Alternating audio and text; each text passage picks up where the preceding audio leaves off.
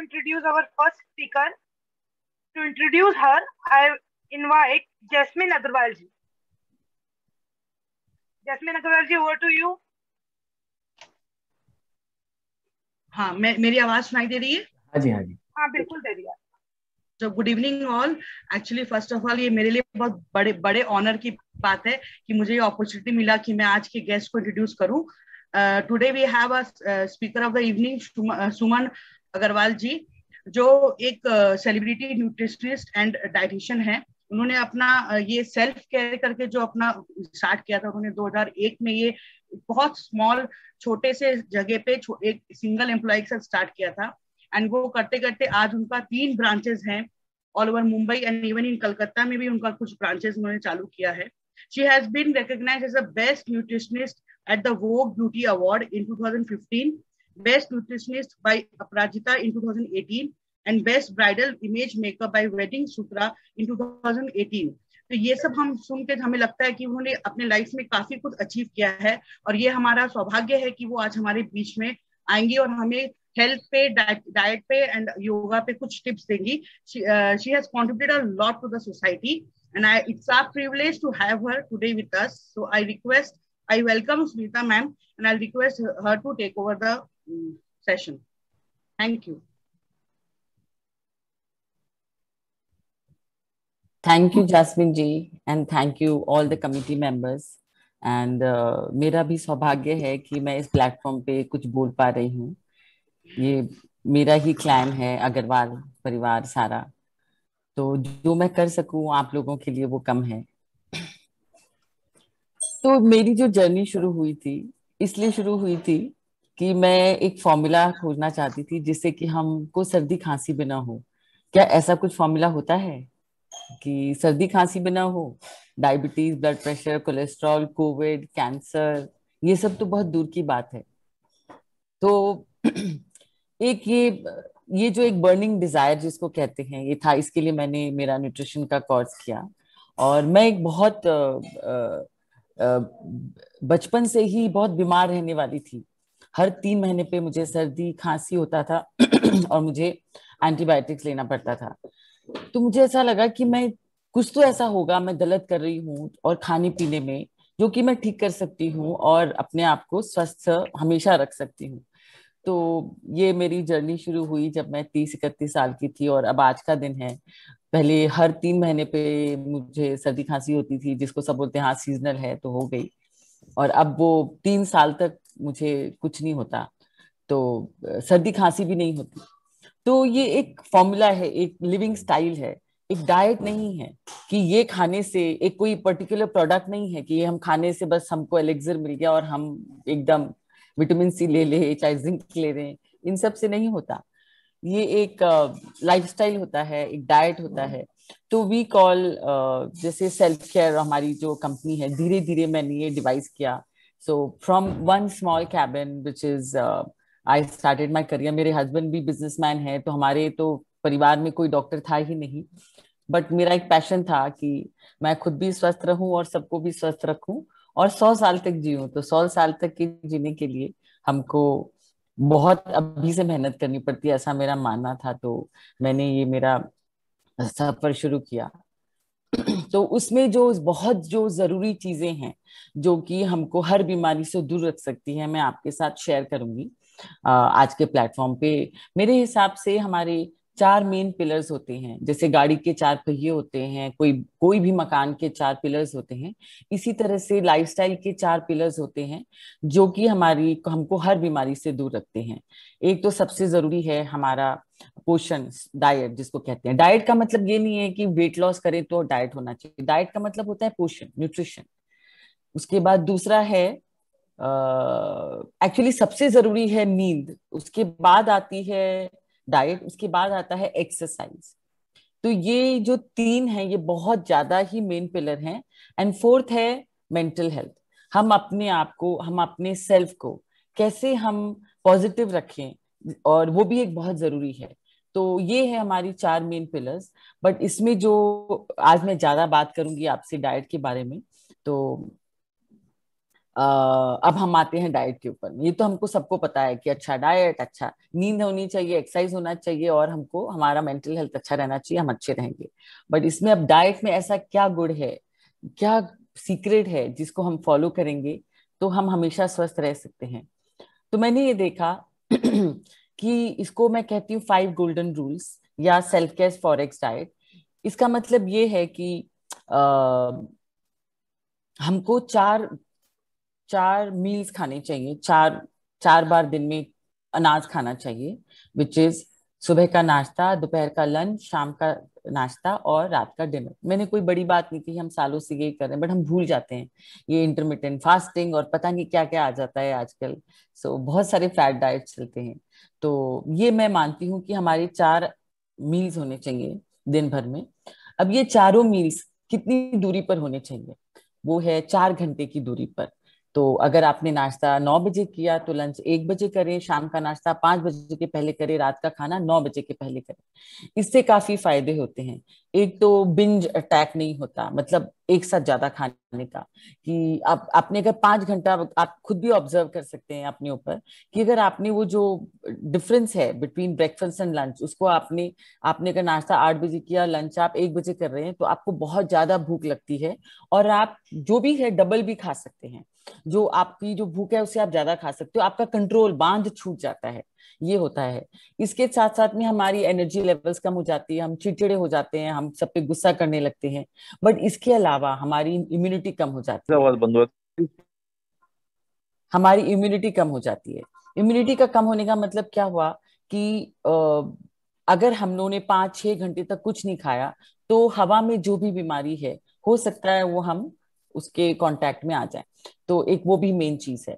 तो ये होता है अगर हम हर हाँ 4 घंटे पे अपना आहार खाएं तो हमको ये सब प्रॉब्लम हाँ, नहीं तो होगी। रहेगी बिल्कुल इसमें। आप उनको म्यूट कर देंगे, थैंक यू। ओके, तो ये हो गया, हमको 4 घंटे पे मील्स खाने चाहिए। अब आप पूछेंगे कि इसके बीच में भूख लगी तो हम क्या करें? हम इसके बीच में भी कुछ खा सकते हैं बट अनाज नहीं खाना चाहिए। तो जैसे कि आप फल ले सकते हैं, छाछ ले सकते हैं, चाय, कॉफी, आमंड्स, जो भी हम अनाज नहीं मानते हैं वो आप खा सकते हैं, सूप, सैलेड। तो क्योंकि वो जल्दी पच जाता है और हमको नेक्स्ट मील के लिए वो पेट पे पड़ा नहीं रहता, तो हमको एसिडिटी, गैस नहीं होती। तो ये 4 घंटे खाने से हम एसिडिटी और गैस की शिकायत से भी दूर रहते हैं। तो ये हो गई हमारे 4 मील्स खाना, 4 घंटे पे खाना। बट क्या होना चाहिए खाने में, वो जो कि सबसे जरूरी क्वेश्चन है। तो इनमें से जो 3 मील्स हैं, जो कि ब्रेकफास्ट, लंच एंड डिनर है, उसमें तीनों में परफेक्ट कॉम्बिनेशन और a very good combination of 4 macros, जिसको न्यूट्रिशन के कहते हैं, protein, carbohydrates, fats and fibre, इन चारों का मिश्रण होना चाहिए। इसके मिश्रण से जो हम खाना, जैसे कि ऐसा कुछ नहीं है, it's not a rocket science. अगर आपका लंच, अगर आपने दही लिया, सब्जी लिया और चपाती खाया, it's a perfect mixture of protein, fats, carbohydrate and fibre.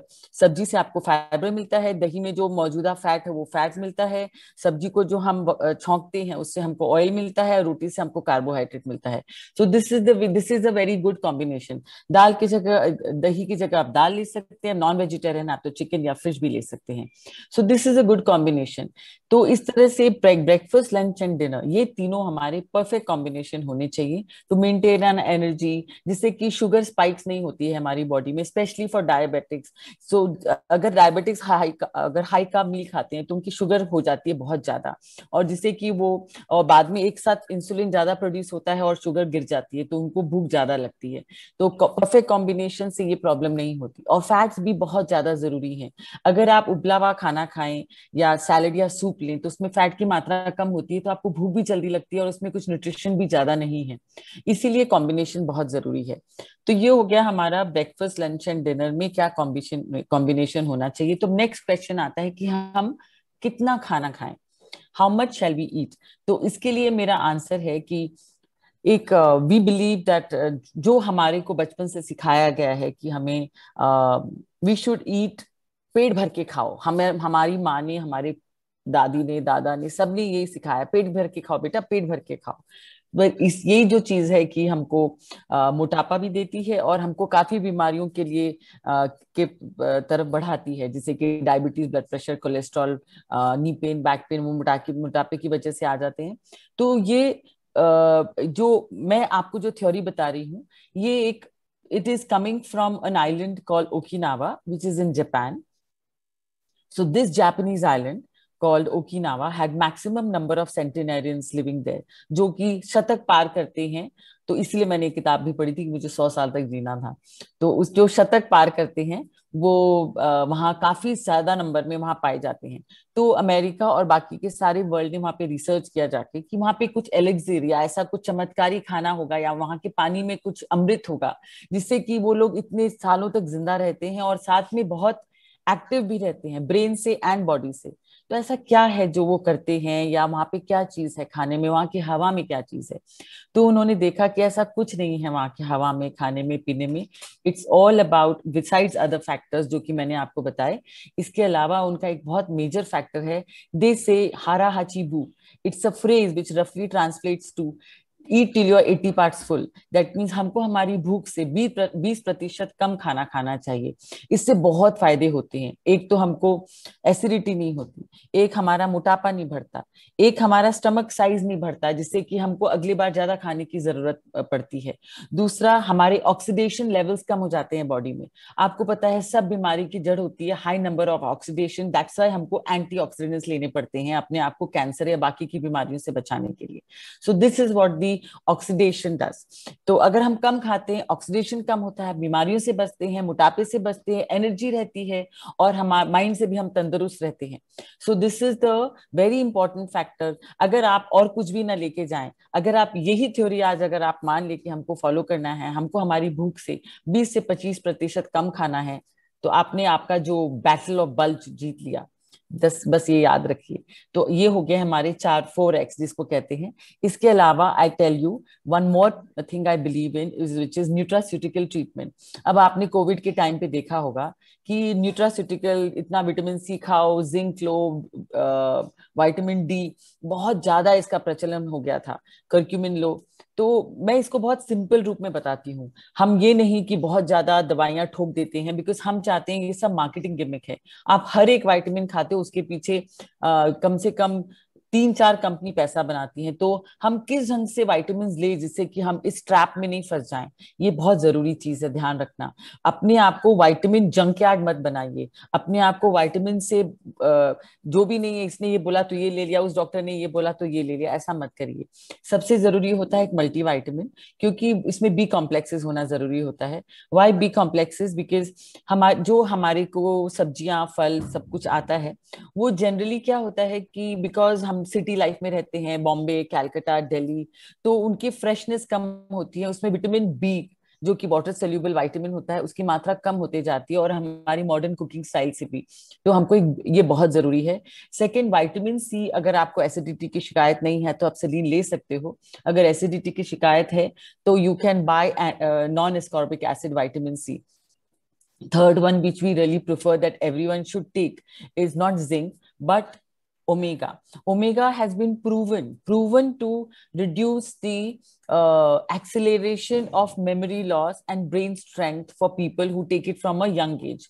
So इसमें DHA होता है जो कि आपके ब्रेन सेल्स को एक्टिव रखता है, उसके न्यूरॉन्स को भी एक्टिव रखता है। सो इट इज प्रूवन, चूंकि हम काफी जो अग्रवाल समिति में और जो भी मैं भी, काफी लोग वेजिटेरियन होते हैं, उन फिश नहीं खाते हैं, तो उनके लिए बहुत अच्छा है अगर वो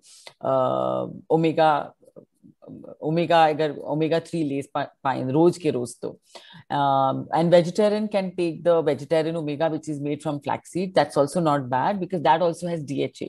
now not only brain, it also helps your eye health. हम जैसे जैसे उम्र बढ़ती है, हमको प्लस नंबर के चश्मे आ जाते हैं और कैटरैक्ट्स भी हो सकता है। तो it has been proven to improve your eye health if you have taken omega regularly. And if you have any autoimmune disease which is rheumatoid arthritis and many such other diseases, omega also helps in that. Like I have many clients who come for muscle dystrophy or ILS. All these people have huge help with omega. So then we come to another vitamin which I strongly believe in, is called CoQ10. CoQ10 is an enzyme which is naturally found in our body but reduces as we age. So and especially people who have thyroid. तो ये एक ऐसा enzyme है जो कि हमारे heart को young रखता है, हमारे मेटाबॉलिज्म को बढ़ाता है. So but in active form it is called ubiquinol. So you all can take that. So these are the few vitamins I believe in. तो इनको अगर हम ये 3-4 विटामिन्स अगर हम besides any other health issues अगर हम सेवन करें तो इसमें कोई तकलीफ नहीं है. There is no side effect. Vitamin C, I told you, if you have acidity, take non-ascorbic acid, vitamin C. So this is about our vitamins. अब आपके काफी सारे questions होंगे इस बारे में, तो of course I'm going to give you 2-3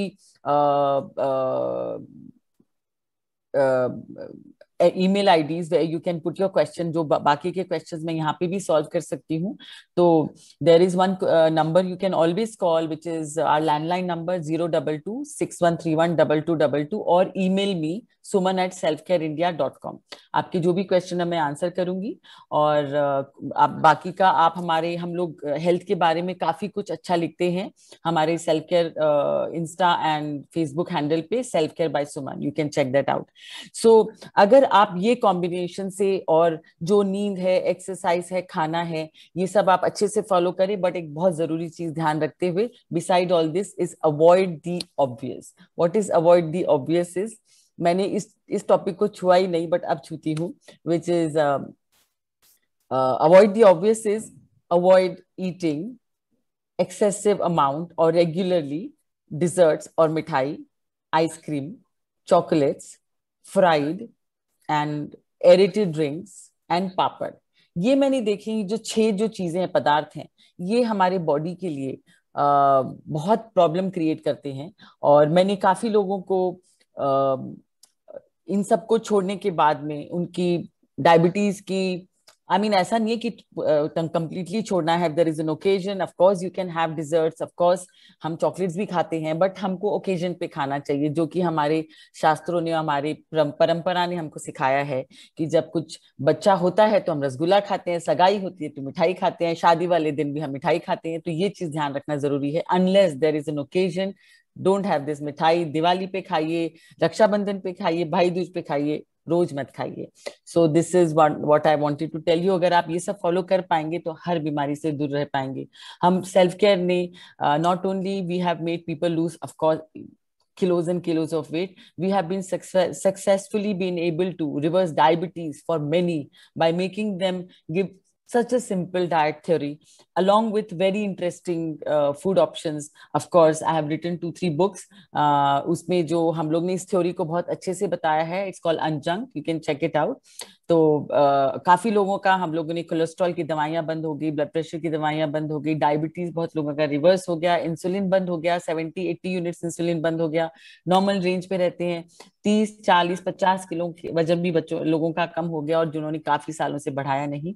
तो but I like to do this as a passion.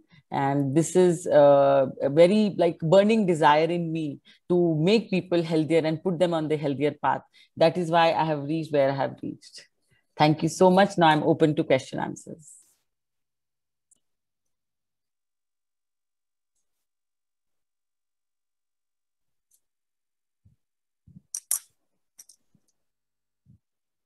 Mute में है तृप्ति जी. सोनाली जी प्लीज आप क्वेश्चन आंसर थोड़ा कोऑर्डिनेट कीजिए. Thank you.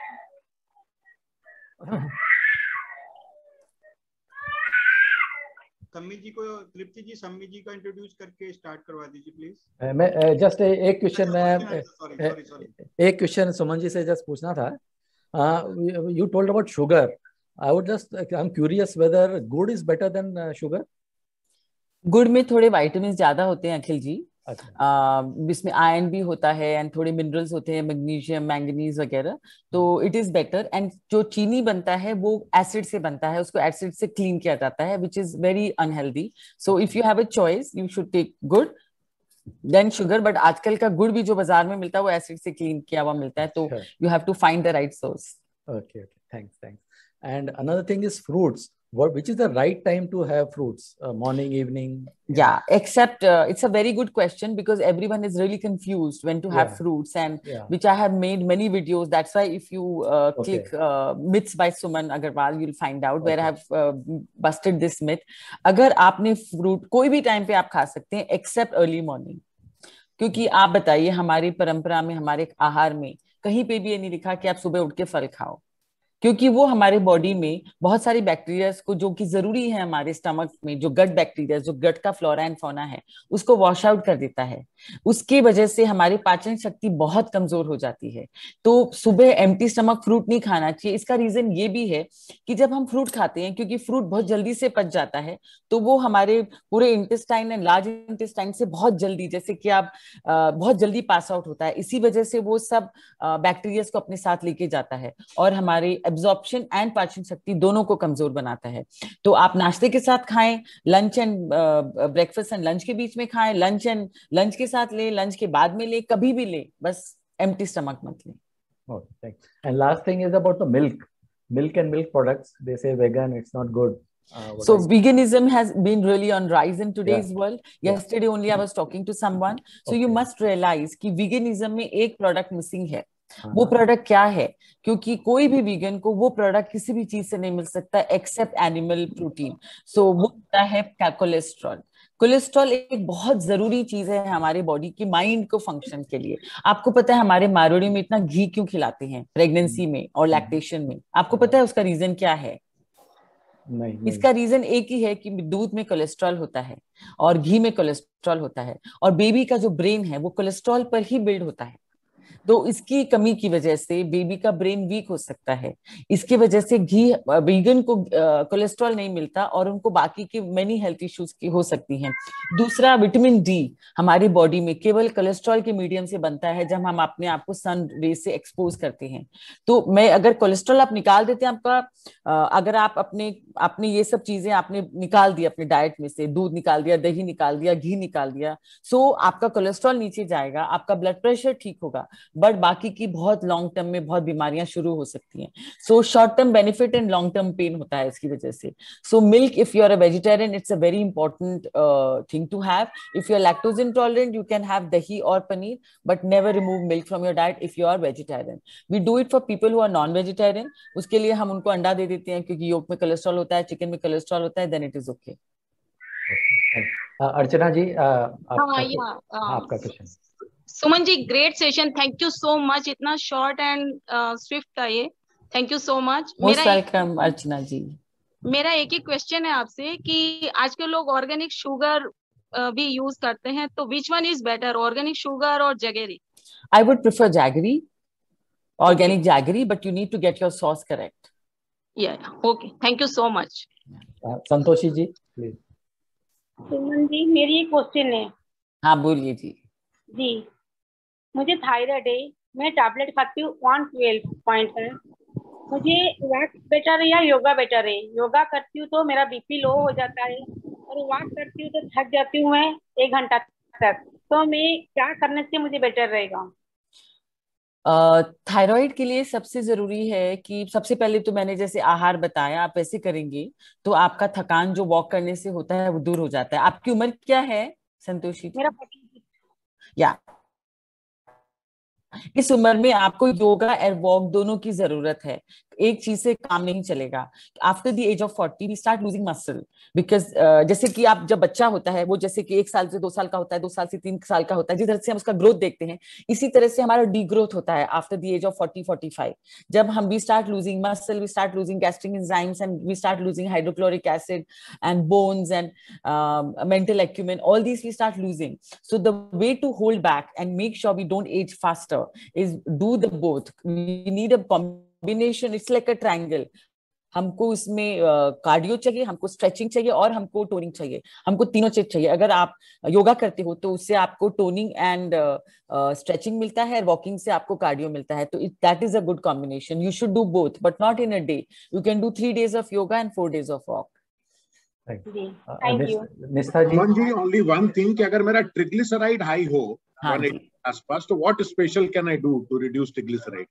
Jhunjhunwala ji, triglycerides high, इसका मतलब आप एक टेस्ट कराइए मेरे कहने पर. If you can message me, I will send you list of test. So triglycerides high होने का कारण अलग होता है. इसका मतलब शुगर इंटेक आपका हाई है, अल्कोहल हाई है, या फ्रूट इंटेक हाई है, या जूस लेते हैं, या आपकी जेनेटिक कंडीशन है ऑफ इंसुलिन रेजिस्टेंस और diabetes in your family. That is what is causing your triglycerides to go high. So you need to go to the root cause of your problem. So if you message to me, I will write down the test which you need to do. Akhil ji will give you my number and you can message me. I'll send the test and then you can get back to me in this regard. But for me, reducing triglycerides is like this. Time nahi lagta mujhe. I know for you everything is like this. It is important, so I'll be in touch with you. Of course. हाँ, निष्ठा जी आप बोलिए, unmute करिए, बोलिए, unmute करिए. Sorry sir, मैं निष्ठा नहीं हूँ, मैं अच्छा। कंचन अग्रवाल हूँ. बेटी के नाम से गलती से खुल गया, मैं हड़बड़ी में लास्ट में देखी तो ये मीटिंग का आया हुआ था, तो मैं उसी से ज्वाइन कर ली तुरंत. आपका क्वेश्चन पूछिए प्लीज. मैं क्वेश्चन करना चाहती हूँ. मुझे डाइजेस्टिव प्रॉब्लम रहता है मैम, और गैस्ट्रिक बहुत ज्यादा होता है. तो मैं तो कंचन जी आपकी उम्र क्या है? मेरी उम्र अभी 39-40. हाँ 39. आप सुबह सुबह फ्रूट्स तो नहीं खाते थे, केवल एम्प्टी स्टमक? ठीक है. तो अगर आपको गैस और एसिडिटी की शिकायत है तो जो मैंने थ्योरीज बताई हैं उस पर थोड़ा ध्यान दीजिए. दूसरा, आप उबाली हुई चाय लेते हैं दूध और साथ में? चाय लेती हूँ. हाँ, तो उसमें दूध रहता है, जो हम अपने मारवाड़ी और सारे के सारी इंडिया उबाली हुई चाय लेती हैं. उसको आप बंद करके डिप टी शुरू करें जिसमें दूध की मात्रा बहुत कम जाती है. अगर आप वैसी दूध शुरू करेंगे और दालों में अगर आप मूंग दाल और तुअर दाल पे ही रहेंगे और साथ साथ में आप दही या छेना लेंगे, दूध को दूध के रूप में नहीं लेंगे, तो हो सकता है कि आपको इससे काफी फायदा हो. और एक विटामिन है, it is called ultra enzyme या यूनि एंजाइम, मार्केट में मिलता है. आप उसका 1 महीना सेवन करें, उससे बेटर होगा. और साथ साथ में प्रोगट दही, एक छाछ जरूर लें, जिससे कि अगर बैक्टीरिया वॉश आउट हो गए एंटीबायोटिक की वजह से, तो उससे आपका बेटर हो सकता है. Thank you. हाँ ओके. हेलो सुमन जी. हाँ जी बोलिए. संतोषी जी. जी, मैं उनकी डॉटर बोल रही हूँ. Actually, I was into yoga last 2 years back, but अभी मैंने डाइटिंग शुरू किया था, तो I started taking apple in the morning in empty stomach. तो उसके बाद फिर मेरे को 1 वीक में लाइक लूज मोशन स्टार्ट हो गया. तो मुझे ऐसा लग रहा है like that is my mentality, what I think, कि एम्प्टी स्टमक फ्रूट लेने से वो मुझे सूट नहीं कर रहा है. क्या ये रीजन हो सकता है? ये रीजन भी हो सकता है कि आपकी डाइजेस्टिव सिस्टम थोड़ी वीक हो गई, बट 1 वीक में ये दिखता नहीं है जल्दी से कि 1 वीक में ही आपको ये प्रॉब्लम हो जाएगी. But if I am taking Apple तो मेरी हंगर भी बढ़ जाती है. हाँ, आप मत करें ना. जो अपना ट्रेडिशनल ब्रेकफास्ट है वो लें, जैसे कि आप पनीर टोस्ट लें, पराठा दही लें, एग्स लेते हैं तो एग एंड टोस्ट ले सकते हैं, milk flakes for weight loss. हाँ, वेट लॉस में ही देते हैं हम ये सब. पराठा दही ये सब हमारा वेट लॉस का डाइट है. ओके.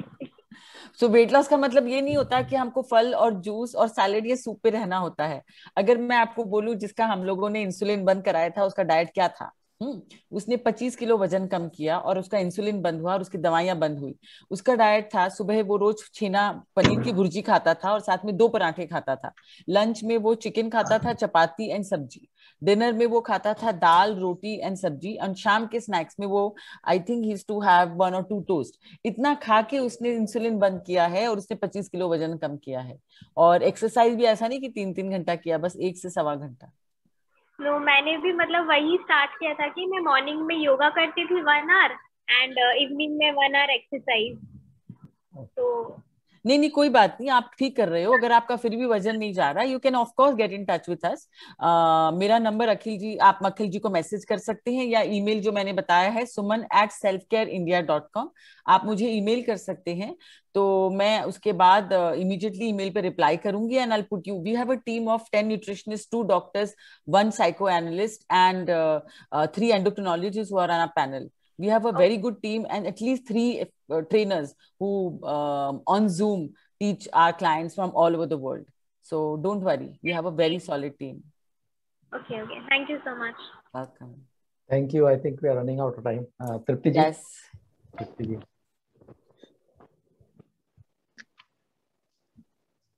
तृप्ति जी आगे। हाँ आलोक जी बिल्कुल। Thank you Suman ji. जरूर जो लोग 100 साल तक जीना चाहते हैं जरूर आपसे कांटेक्ट करेंगे। तो now it's time to introduce our second speaker miss Shammi Gupta ji, a celebrity integrative health and wellness coach, is a founder director of Shami's Yogalaya. She strives for a disease-free and a Sampoorn life in all her practitioners by mentoring them into the journey of natural living through yoga and naturopathy.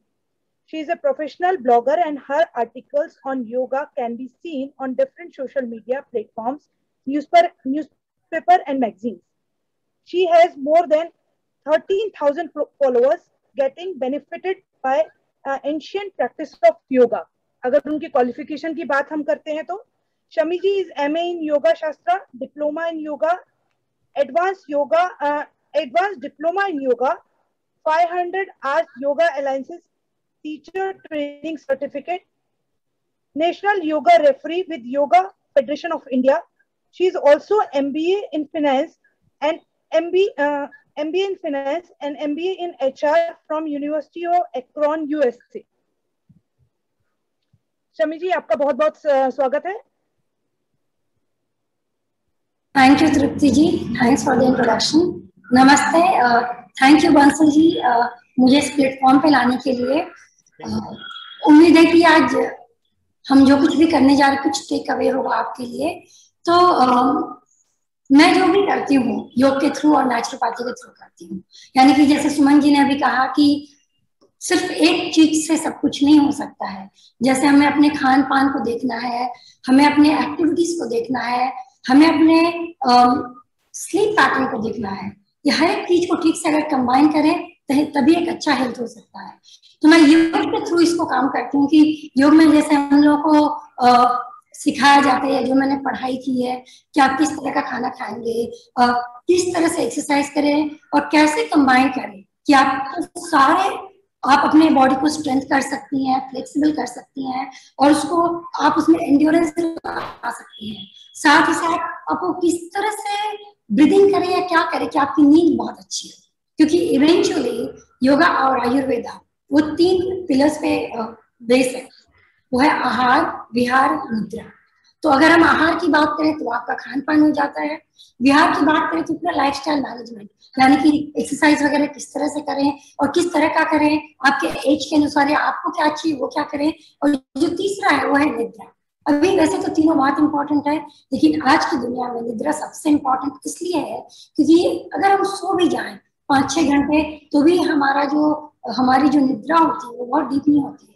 और deep नहीं होने की वजह से हमारे system को, different systems को जो फंक्शंस करते हैं उनको रेस्ट नहीं मिलता है और बहुत सारी बीमारियां हो जाती हैं।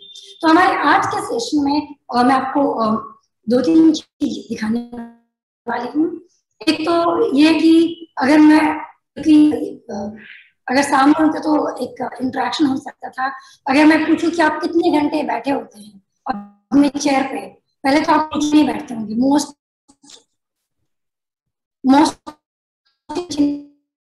पे, सोफा पे या बेड पे बैठे होंगे। देखेंगे तो लगभग अगर आप 14-18 घंटे जगह हैं तो उसमें आपका मेजर पार्ट बैठने पे चला जाता है। और अगर हम आधे घंटे से ज्यादा बैठते हैं कहीं भी बैठे तो हमारा जो मेटाबॉलिज्म है वो बहुत स्लगिश हो जाता है। और अगर हम 2 घंटे बैठे रह गए एट वन गो तो हमारा जो अच्छा वाला जो कोलेस्ट्रॉल है वो नीचे जाने लगता है। तो पहले तो बहुत इंपॉर्टेंट है सबसे पहले कि एक्टिव रहें। हमारे पूर्वज जब कहते थे कि भर के पेट खाना खाओ तो कोई फर्क नहीं पड़ता था क्योंकि लोग काम भी बहुत ज्यादा करते थे। मतलब वो बैठे कुछ शायद बैठते हैं कुछ घंटे, उनका काम इतना ज्यादा था कि वो कुछ भी खा ले पच जाता था। प्लस खाना बहुत ही नेचुरल होता था, घर का पका हुआ था। घर की जो औरतें होती थी वो दिल से प्यार से बनाती थी। बहुत सिस्टम डिफरेंट था, बट अभी सिस्टम काफी डिफरेंट है। तो बहुत इंपॉर्टेंट है कि आप तो पहले एक्टिव रहे। अगर आपने 1 घंटा कुछ कर भी लिया एक्सरसाइज के रूप में, बहुत ज्यादा फायदा नहीं होगा अगर आपने खान पान ठीक नहीं रखा, सोए ठीक से नहीं और दिन भर एक्टिव नहीं रहे। तो मैं जो आज का सेशन उसमें मैं 3 चीज कवर कर रही हूँ। एक तो मैं आपको चेयर पे सूर्य नमस्कार दिखा रही हूँ कि आप बैठे बैठे 1 घंटे में, आधे घंटे में एक ब्रेक ले लें, कुछ 2 मिनट का, 5 मिनट का, और शरीर के डिफरेंट पार्ट्स को चेयर पे ही स्ट्रेच कर लें। पहला मैं वो दिखाने जा रही हूँ। दूसरा मैं आपको दिखाने जा रही हूँ प्रोन पोजिशन ब्रीदिंग, क्योंकि पैंडेमिक कोरोना की वजह से प्रोन पोजिशन ब्रीदिंग काफी पॉपुलर हो चुका है। उसका रीजन है कि क्यों पॉपुलर हो चुका है। तो अगर आपने वो रेगुलरली किया तो आप अपने लंग्स के लोअर लोब्स को बहुत अच्छा मसाज देंगे, तो आपका लंग कैपेसिटी इंप्रूव हो जाएगा, आपका जो ब्रीदिंग पैटर्न है वो इंप्रूव हो जाएगा, और वो हर एक डिजीज जो कि ब्रीदिंग ठीक से न होने की वजह से होती है वो सॉर्ट आउट हो जाएगा। और जो तीसरा है वो मैं एक ब्रीदिंग दिखाने जा रही हूँ जो आप कभी भी चाहें बैठे हुए कर लें। आपको किसी भी तरह का रेस्पिरेटरी प्रॉब्लम हो वो सॉर्ट आउट हो जाएगा। अगर कोई प्रॉब्लम नहीं भी है तो आपका दिमाग शांत हो जाएगा। और बहुत सारी जो लाइफस्टाइल प्रॉब्लम्स हैं जैसे कि थायराइड बोलो, आप हाइपरटेंशन बोलो, उसका बहुत हद तक जो रूट कॉज है स्ट्रेस है वो सॉर्ट आउट हो जाएगा। तो मैं जो आपको पहला दिखाने जा रही हूँ, चेयर पे बैठे बैठे आप सूर्य नमस्कार कैसे कर सकते हैं। ये मॉडिफाइड सूर्य नमस्कार है। ट्रेडिशनली चेयर पे कभी सूर्य नमस्कार नहीं बताया गया था क्योंकि जरूरत ही नहीं थी, हम इतना बैठते ही नहीं थे, हम इतने एक्टिव रहते थे। लेकिन अभी क्योंकि हमारा जिंदगी का एक बहुत ही अहम हिस्सा चेयर पे जा रहा है तो चेयर सूर्य नमस्कार डिस्कवर कर दिया गया है, बना दिया गया है, वो मैं दिखाने जा रही हूँ। तो ये चेयर है और क्यों जरूरी है ये मैं बता रही हूँ। ये नॉर्मल चेयर लिखा है। वैसे आजकल के चेयर को अगर देखा जाए और मोस्टली क्योंकि लोग घर से काम करने लगे हैं तो आजकल का जो चेयर घूमता है, चारों तरफ घूमता है। तो सोचिए अगर आप चेयर पे बैठते हैं कॉन्स्टेंटली जब हम काम कर रहे हैं तो कैसे बैठते हैं। हम ऐसे तो बैठे रहते नहीं है, हम ऐसे बैठते हैं। ऐसे बैठने की वजह से क्या होता है, हमारा जो स्पाइन का स्ट्रक्चर है वो चेंज होने लगता है।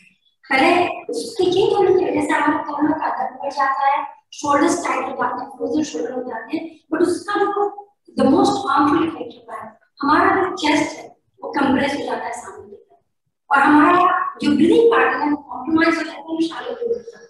न तो पूरी तरह सांस ले पाते हैं न पूरी तरह सांस छोड़ पाते हैं, और उसकी वजह से काफी नुकसान होता है। तो पहले तो चेयर पर बैठते कैसे हैं, हम जब भी चेयर पर बैठे बहुत इंपॉर्टेंट है कि हमारा हिप्स जैसे चेयर के कॉन्टैक्ट में आता है, हमारा जो पेट है वो अंदर की तरफ जाता है इस तरीके से, और पेट और बैक को कंट्रोल करते हुए हम चेयर पर बैठते हैं, जिससे कि बाय डिफॉल्ट सही तरीके से बैठने से हमारा बैक और कोर दोनों स्ट्रॉन्ग हो जाते हैं। लेकिन ऐसा होता नहीं। द मोमेंट हमारी बॉडी हिप्स पहले टच में आता है चेयर से, द मोमेंट ये टच करता है हम क्या करते हैं, अपने शरीर को छोड़ देते हैं। अगर आप अभी भी बैठे तो आप चेक कीजिए, हम सब कंफर्ट जोन में आ जाते हैं। वो कंफर्ट एक हैबिचुअल पैटर्न बन जाता है, यानी कि उसी में हम कंफर्टेबल रहते हैं। जब भी सीधे तरह से बैठने की कोशिश करें तो कमर दर्द नहीं होता, बैक पेन होने लगता है। कमर दर्द नहीं होता क्योंकि ठीक से बैठते नहीं है। कमर बहुत वीक होता है तो इस तरह से बैठते हैं, वो कमर दर्द को लीड करता है। तो क्योंकि हम चेयर पे इतने घंटे बैठ हैं, मैं चेयर से नमस्कार दिखा रही हूँ जिसमें कि डिफरेंट मूवमेंट है, और अगर आपने वो किया तो आपका ब्लड सर्कुलेशन पूरे शरीर में अच्छे तरीके से बढ़ेगा। तो ये है, जब भी आप बैठे कोशिश कीजिए कि आपका पैर रेस्ट करें, या हैंग नहीं होना चाहिए। तो मैंने एक पिलो ले लिया, कुछ भी रख सकते हैं नीचे, ये मैंने एक पिलो ले लिया, इस पर मैंने पैर रख सकते। आप चाहे फोन कुछ भी रख लें, कुछ भी जो भी आपको कंफर्टेबल, पैर आपका लटकना नहीं चाहिए। तो ये हमारा पहला पोजिशन है। इस पोजिशन पे मैंने सूर्य नमस्कार की शुरुआत की। पहले तो आप बैठेंगे सही तरीके से। जब आप बैठते हैं तो आपका पेट हल्का सा अंदर जाता है और वो आपके कमर को पकड़ता है, यानी कि न तो आप इस तरह से बैठ रहे हैं और न इस तरह से बैठ रहे हैं। आप उस एरिया को लंबे ऊपर की तरफ खींच रहे हैं, यानी कि हमारा जो पिल्विक बोन है उसको ऊपर की तरफ खींचे और छाती के नीचे वाले भाग को नीचे की तरफ, इस एरिया को जितना लंबा कर सकते हैं। अगर आपने सिर्फ इसको लंबा करके रखा मोस्ट ऑफ द टाइम, आपका ब्रीदिंग पैटर्न हो जाएगा। ये हमारा पहला पोजीशन है। पहले पोजीशन की शुरुआत हमने नमस्कार आसन से किया। दूसरे पोजीशन में सांस लेते हुए पीछे जाना। अब क्योंकि हम इतने घंटे चेयर पर बैठते हैं और हमेशा ये छाती सामने की तरफ दबा रहता है, जैसे हम पीछे जाएंगे हम इसको काउंटरएक्ट कर रहे हैं और हमारी छाती को खोलने के प्रोसेस को स्टार्ट कर रहे हैं और ब्रीदिंग पैटर्न को इंप्रूव कर रहे हैं। ये रहा छाती खोला हमने। अगर इस तरह का चेयर तो जरा सा ले लें और पीछे की तरफ जाए, चेयर को हाथ को पकड़ लें, स्ट्रेच करें। चाहे तो कुछ सेकंड्स रुक जाओ और छाती से चेस्ट से इनहेल करके निकलें। अब देखेंगे कि अगर आपने 5 से 10 ब्रीदिंग किया, जैसे कि आपका छाती खुल चुका है और बहुत सारा स्ट्रेस निकल रहा है। तो ये था हमारा पहला हुआ एक्टिव एब्डोमेन को खोलते हुए छाती को पीछे थोड़ा सपोर्ट किया मैंने और पूरी तरह से शरीर को खोल दिया। सांस छोड़ते हुए आगे की तरफ जाएंगे और पेट को अंदर करते हुए सामने की तरफ आएंगे, हाथों को नीचे लेके आएंगे। इससे पेट को अच्छा मसाज मिलेगा। स्प्रिंग प्लांट में यार डॉक्टर डायबिटीज का जो सोर्स है जहाँ से उसको अच्छा मसाज मिलेगा। पेट का बाहर निकला है, अब उसको कम करने जाएंगे। ओवरऑल रिप्रोडक्टिव सिस्टम काफी इम्प्रूव हो जाएगा। तो ये हो डाइजेशन का प्रॉब्लम हो या फीमेल्स को हार्मोनल इम्बैलेंस का प्रॉब्लम है, उसमें काफी आराम मिलेगा। इसके बाद सांस लेते हुए पेट को ऐसे ऊपर नहीं आएंगे, पेट को टाइट करते हुए ऊपर की तरफ आएंगे और ये बैठा हुआ प्रॉब्लम का गैस की प्रॉब्लम है आपको, फिर से इंडाइजेशन की प्रॉब्लम है, आप देखेंगे कि गैस रिलीज होने लगा है। ये मैंने अपने एड़ी को हाइट की तरफ किया, शरीर को ऊपर किया। हम अपने पेट के एक एरिया को अच्छा मसाज करेंगे। सांस लेते हुए सर को ऊपर ले जाएंगे, सांस छोड़ते हुए पेट को अंदर करते हुए फोrehead को गोल गोल कराएंगे, पैर को नीचे लाएंगे, सांस लेते हुए फिर से ऊपर की तरफ जाएंगे, शरीर को खोलेंगे, सांस लेते हुए फिर से नीचे आएंगे कुछ इस तरीके से,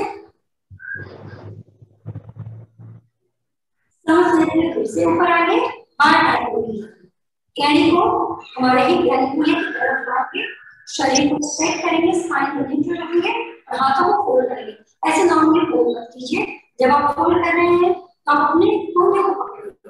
ऐसा करने से क्या होगा कि आपका जो थाई है आपके पेट को काफी अच्छे से सांस देगा और पेट से रिलेटेड काफी बीमारियां दूर होंगी। सांस लेते हुए सर को ऊपर ले जाएंगे पीछे और सांस छोड़ते हुए पेट को अंदर करते हुए फोrehead को ऊपर ले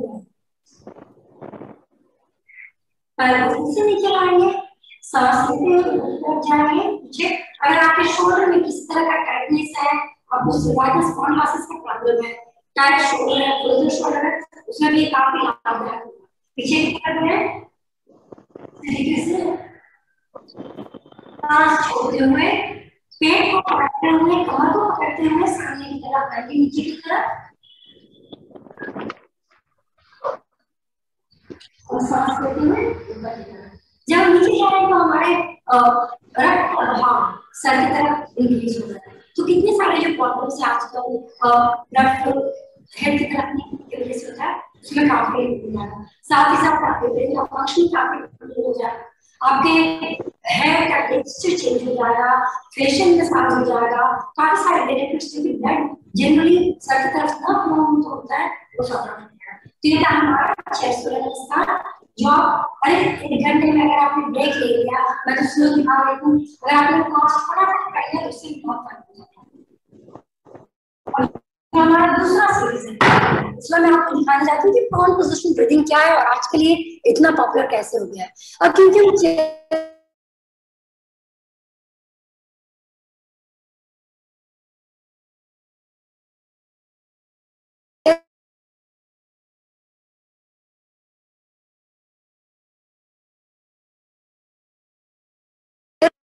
बैठे रहते नहीं ब्लड प्यूरिफाई होता है वो ठीक से हो नहीं पाता और बीमारियां बढ़ती जाती हैं। जब आप प्रोन पोजीशन पे लेटते हैं यानी कि पेट पे लेटते हैं और जब आप कुछ सपोर्ट लेके लेटते हैं उसके प्रेशर से एक सिंपल ट्रैक्शन होता है, उस ट्रैक्शन की वजह से जब यहाँ पे हल्का ओपन होने लगता है और ओपन होने की वजह से ब्लड सर्कुलेशन और जो स्टीम होता है कार्बन डाइऑक्साइड और ऑक्सीजन का वो काफी अच्छा होने लगता है, जिससे कि काफी बीमारियां दूर हो जाती है। तो इसके लिए अपने घर में जितने भी पिलोज हैं 3, 4, 5 पिलोज ले लीजिए। मैं 2-3 तरीके से आपको दिखा रही हूँ किस तरह से बैठ सकते हैं। ये देखिए मसला है हमारे, अगर आप देखेंगे इंडियन कल्चर में काफी शायद सारे ट्रेडिशनल कल्चर में होता है और इसका बहुत सारा रीजन है। अगर आप इस मसलन पे लेट में ऊपर रख के तो आपकी छाती खुलती है, लोअर बैक के नीचे अगर आपने इसको रखा कमर दर्द निकल जाता है और इसी को हम जा रहे हैं यूज कर रहे हैं प्रोन पोजीशन वीडियो में। लेकिन अगर आपके पास ये नहीं है तो कोई बात नहीं, आप नॉर्मल पोज को क्योंकि मैं योगा में काफी मसलन यूज करती हूँ अलग अलग बीमारियों के लिए, ये एक हुआ का है जो जिसको बैक पेन के लिए, चेस्ट ओपनिंग के लिए, लंग्स ओपनिंग के लिए, हजार बीमारियों के लिए मैं इसको यूज करी और दिखाती हूँ कि लेटती कैसा है। और अगर आप ट्राई कर सकते हैं कर लीजिए तो आप देखेंगे कि जैसे कि आपका छाती खुलने लगा है और जो आप सांस ले रहे हैं जैसे कि एक सडन एनर्जी आ गया है और सारा स्ट्रेस निकल गया है। तो इसके लिए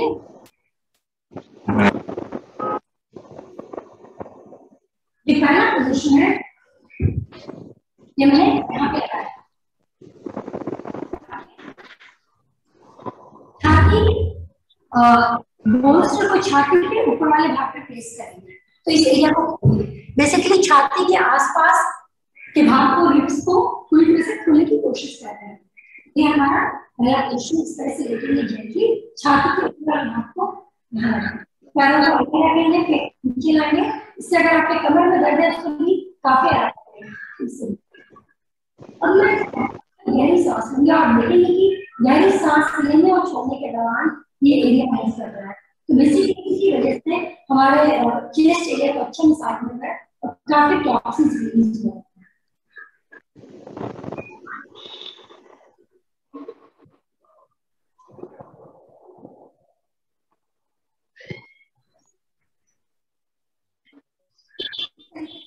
करेंगे एक बार यहाँ हो जाए तो छाती के नीचे वाले भाग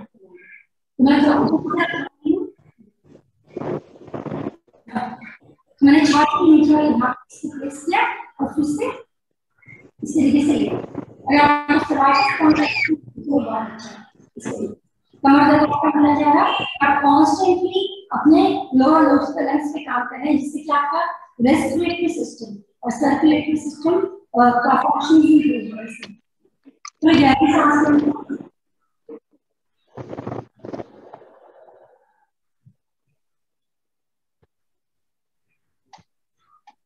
इस तरीके से। अगर आप जो होगा आपके घर पे अगर और एक दो पिलोज हो तो आप उसको साइड में लगाएंगे तो आप साइड के एरिया को भी रिलीज करें। तो बेसिकली चारों तरफ में काम कर रहा है। मैंने ये दो पिलोज लिए हैं, इसको मैं साइड में लगाऊंगी और ये बहुत कंफर्टेबल होता है। इस एक साइड में लगाया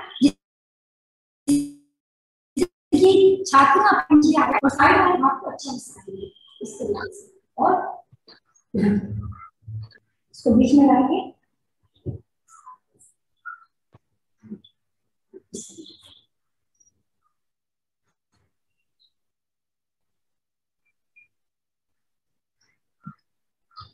इस तरीके से अगर एक ही से काम करना चाहते हो उसकी भी साइड में काम कर सकते हैं।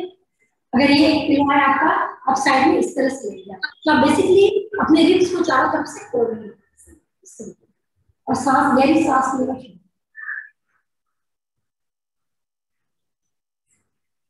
एस्थमा का प्रॉब्लम हो, ब्रोंकाइटिस का प्रॉब्लम हो, जनरल अगर ब्रीदिंग का इश्यू आपको या ऐसे लगे कि जैसे छाती में कुछ पकड़ा हुआ है, आप रिलैक्स नहीं हो पा रहे हैं, एक सिंपल ब्रीदिंग से आपको काफी रिलैक्सेशन मिल जाएगा। जो मैं तीसरा प्रैक्टिस दिखाने जा रही हूँ वो भी बहुत सिंपल है और वो अगेन रेस्पिरेटरी प्रॉब्लम्स को सॉर्ट आउट करेगा और साथ ही साथ आपको इमीडिएटली रिलैक्स कर देगा। उसको करने से अगर आपको एज्मा है, ब्रोंकाइटिस है, सीओपीडी है या आपको हाइपरटेंशन है, आपको स्ट्रेस है, वो सॉर्ट आउट हो जाएगा। उसको पर्सनली ब्रीदिंग कहते हैं और काफी रिसर्च हुआ है स्पेशली रेस्पिरेटरी ऑर्गन्स को डेवलप और फुल फंक्शनिंग में लाने के लिए। उसमें हम क्या करते हैं, सांस लेते हैं। जब हम सांस लेते हैं तो सांस की शुरुआत नाभि से करेंगे, उसको ऊपर की तरफ खींच के लाएंगे और छाती पर जितना ऊपर ले जा सकते हैं ले जाएंगे। अब जब भी हम इस तरह किस तरीके से सांस लेते हैं यूजुअली क्या होता है, लोग छाती को ऊपर ले जाते हैं अपने गले को टाइट कर लेते हैं। गले को टच नहीं होना चाहिए, जहां आप ब्रीदिंग ने गले को टच किया स्ट्रेन हो जाएगा। सांस लेते और सांस छोड़ते हुए आप लिप्स के बीच में एक छोटा सा ओ शेप क्रिएट करेंगे और ओ शेप से स्लोली सांस छोड़ेंगे। तो मैं दिखा रही हूँ आपको, मैंने सांस लिया, पहले बैठ जाना किसी पोजीशन में कंफर्टेबली।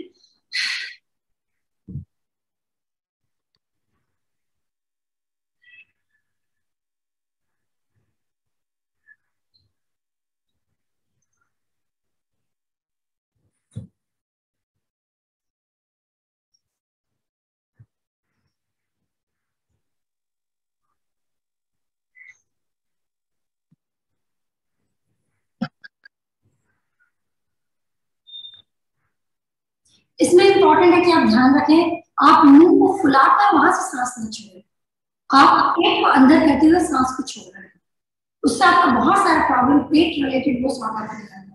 तो ये हमारा था आज का 3 प्रैक्टिस। अगर आपने 3 प्रैक्टिस को रेगुलरली किया, आपके काफी सारे प्रॉब्लम्स सॉर्ट आउट हो जाएंगे। और ये ऐसे है कि इसके लिए आपको बहुत कुछ तैयारी करने की जरूरत नहीं है, आप जहाँ बैठे हैं, जहाँ आए वहीं से कर सकते हैं।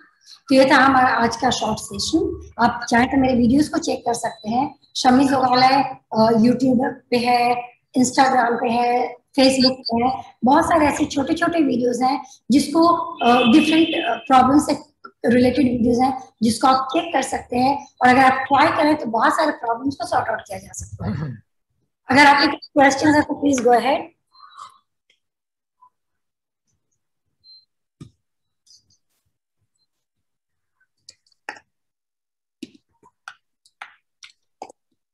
Shami ji, this does this solve even constipation? Like lot of people are facing constipation. See, constipation जो हम लोगों ने सूर्य नमस्कार किया कुछ हद तक, और may be this one let के कुछ हद तक मसाज मिलेगा, बट बहुत मेजरली शायद नहीं कर पाएगा ये। उसके लिए you have to do different kind of practice, and also constipation even if we do practice, it has got a lot also with your eating pattern and your sleep pattern. अगर आपने उसको नहीं सुधारा तो आप कुछ भी कर लें तो इतना फर्क नहीं पड़ेगा। लेकिन कुछ क्रियाज हम करते हैं योग में, जैसे कि एक लघु शंख प्रक्षालन है या फिर वमन है, लेकिन Laghu Shankh Prakshalan is one of the most recommended for diabetes and for constipation. उसमें क्या होता है, जैसे कि शंख जो हम बजाते हैं घर पे, उसको साफ करने के लिए ऊपर से पानी डाला जाता है और वो नीचे से निकलता है। इसी तरीके से हम लोग गर्म पानी ल्यूक वार्म सॉल्टेड वाटर पीते हैं, कुछ योगा के पोस्चर्स करते हैं, वो पानी ट्रैवल करते हुए सब क्लीन करते हुए एनएस से निकलता है, तो उससे काफी हेल्प मिलेगा। लेकिन अगर आपने कर भी दिया तुरंत आराम भी मिल गया, अगर आपने अपने अपने खान पान को नहीं देखा और अगर आप ठीक से नहीं सो पा रहे हैं तो बहुत हेल्प नहीं मिलेगा। आपको इन चीजों को एक साथ देखना पड़ेगा। Thank you.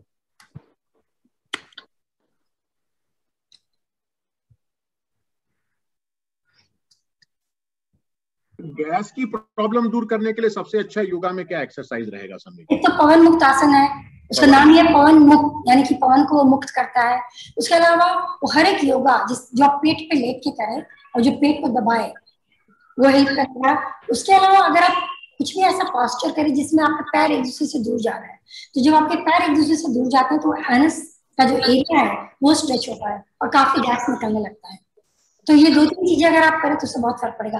लेकिन क्रिया जो मैंने बताया लघु शंख प्रक्षालन, उससे आपको काफी आराम मिलेगा, वो पूरे टॉक्सिन्स को निकालने लगते हैं। इनफैक्ट अगर आपने किया जो हम लोग लघु मतलब छोटा वाला है वो 6 glass lukewarm salted water P के करते हैं और वो करते ही 20 मिनट के अंदर आपको मोशन अर्ज पर नहीं होगा, और जब आप टॉयलेट में जाएंगे और जो आपका स्टूल आने लग जाएगा उसका स्मेल इतना गंदा होगा कि आपको पता चलेगा कि कितना टॉक्सिन्स है आपके बॉडी में। तो एक बहुत अच्छा तरीका है करने का, अगर वो आपने किया तो उससे बहुत आराम मिलेगा। Thank you. Thank you. तो कुछ भी हो, अगर और भी कुछ क्वेश्चंस हो आप अखिल जी के द्वारा फॉरवर्ड कर सकते हैं मुझे, या चाहिए अगर आपको तो आप मेरे यूट्यूब पे चेक कर सकते हैं। बहुत सारी बीमारियों को लेके और काफी लोगों के साथ काम किया है जहाँ पे कि डायबिटीज हो, हाइपरटेंशन हो, 20-20 साल से उनका दवा निकल चुका है सिर्फ लाइफस्टाइल चेंज करके। तो बहुत इंपॉर्टेंट है कि लाइफस्टाइल को जरा चेंज करें और प्रॉब्लम अपने आप सॉर्ट आउट हो जाएगा। Thank you. समी जी, इससे मेरे को बैठती चाहिए, उठते ही मुझे बैठती चाहिए, तो चाय पी के योगा करने में कोई दिक्कत है? बैठती चाहिए, योगा वैसे खाली पेट किया जाता है, वो रूल है। हाँ, मगर चाय पीने का आदत है। चाय तो फिर चाय पीने के थोड़ी देर बाद कीजिए आप योगा, कम से कम आधे घंटे बाद कीजिए। बट योगा खाली पेट ये डिपेंड करता है कि किस तरह का, जैसे हम लोग बहुत सारे बंदास वगैरह करते हैं सुबह में, बंदास लगाते हैं, प्राणायाम करते हैं, उसमें बिल्कुल खाली पेट चाहिए, वरना वो बंदा लगेगा ही नहीं। वो जो पेट हम लोग अंदर खींचते हैं, अगर कुछ भी पेट में हुआ तो वो जाएगा नहीं अंदर, या फिर वो उल्टी जैसा होने लग जाएगा।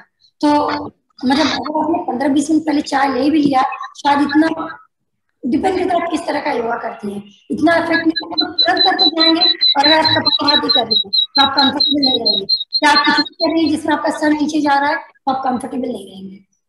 तो ये इम्पोर्टेंट है आपको कि आधे घंटे का गैप कम से कम दीजिए।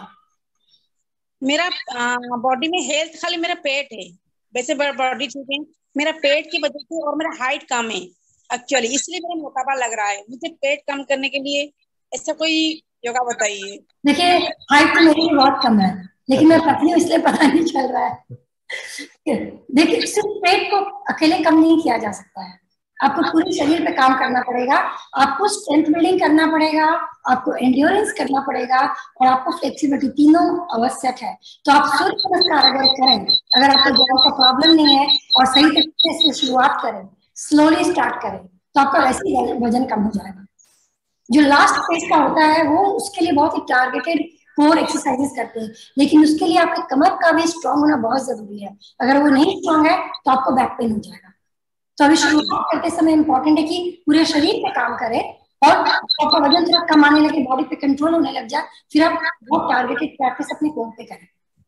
तो अगर आपने सूर्य नमस्कार किया और जो क्लींजिंग जो मैं बता रही हूँ, अगर आपने क्लींजिंग किया तो ऐसे आपका बॉडी बहुत लाइट होने लग जाएगा और काफी कंट्रोल आ जाएगा बॉडी पे, तो वो आप कर सकती हैं। बहुत अच्छी बात है, बहुत बहुत thank you. Thank you. I think आज के क्वेश्चंस हो चुके हैं, हाँ। तो उम्मीद है आपसे फिर मुलाकात होगी। Thank you so much. Thank you. Thank you ji, आप म्यूट पे हो।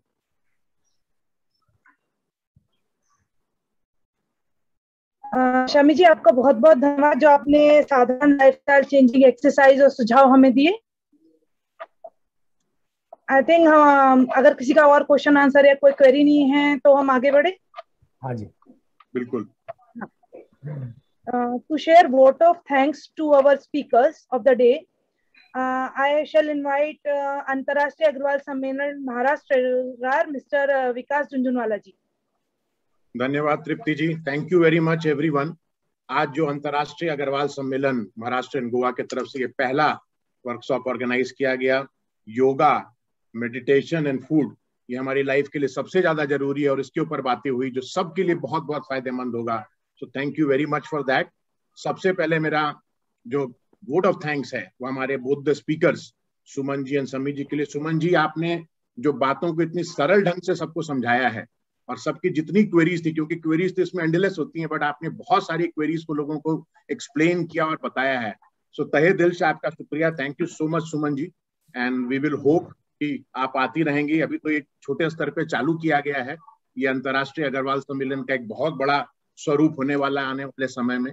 उस समय कई लोग जुड़ेंगे, तो हमारी उस समय भी आपसे ख्वाहिश रहेगी कि आप आएं और हम लोगों को एड्रेस करें। तो thank you so much Suman ji for briefing us and enriching all of us. Thank you so much. Most welcome, thank you so much. Sami ji, आपने भी योगा के बारे में जो बताया है और खुद लोगों को करके बताया कि क्या करना और कैसे करना है, I am sure it will be very, very useful for each and every one. And we will take the best benefit out of this, Samiji. So thank you so much for coming, addressing and also taking care of the queries. Thank you so much, Samiji. मेरा धन्यवाद अखिल जी को भी है कि जिन्होंने ये पूरा का पूरा प्रोग्राम ऑर्गेनाइज करने में सारा सहयोग किया और सबसे पहले पहल ली और इस प्रोग्राम को ऑर्गेनाइज किया। So thank you so much Akhil ji. और हमारे जो अंतर्राष्ट्रीय अग्रवाल सम्मेलन के जो मेन ओवरऑल इंटरनेशनल बेसिस पे हमारे प्रेसिडेंट हैं आर के मित्तल जी, सेक्रेटरी हैं प्रदीप सराफ जी, मीना गोयल जी यहाँ पे हैं और बाकी जितने लोगों ने जमा यहाँ पे आज शिरकत करी और इस प्रोग्राम का पार्ट में रहे, तो thanks to each and everyone who have been part of this and encouraged all of us to do that.